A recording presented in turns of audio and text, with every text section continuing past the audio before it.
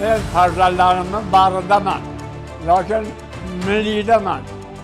Aynan ushbu mashina 9-may xotira va qadrlash kuni munosabati bilan Zangiota tumanida istiqomat qiluvchi salkam 100 yoshni qarshi olayotgan Saidjalol otajonimizga davlatimiz rahbari tomonidan topshirildi.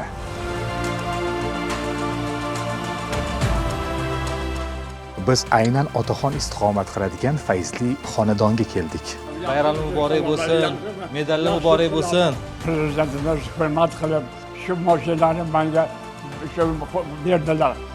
Men prezidentimdan xursandman. Tanjallari sog' bo'lsin, umrlariga Xudo baraka bersin.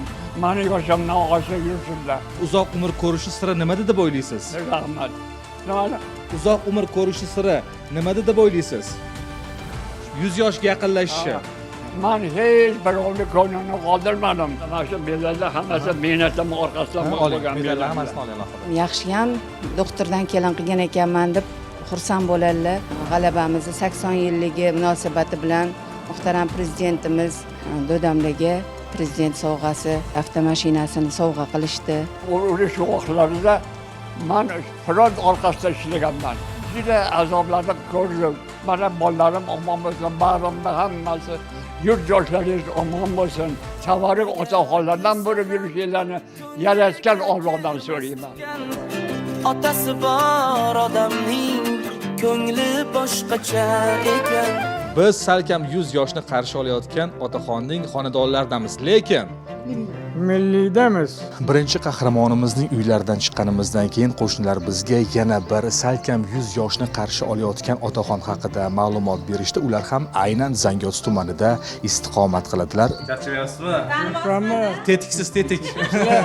Ko'p siqilish kerak emas. O'shaning uchun doim xursand yurishingiz kerak.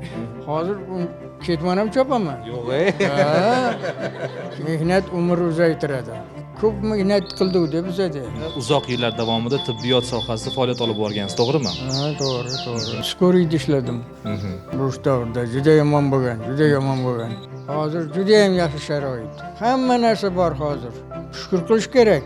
Hammanglar tan joninglar sog' bo'lsin, umringlar uzoq bo'lsin. Bizning yoshlarga yetib yuringlar. Bolalarning rohatini ko'ringlar. Otaxonlarimizga o'xshab ulug' yoshga yetib yurish har bir insonga nasib etsin. Unutmang, xotira abadiy, qadr muqaddasdir.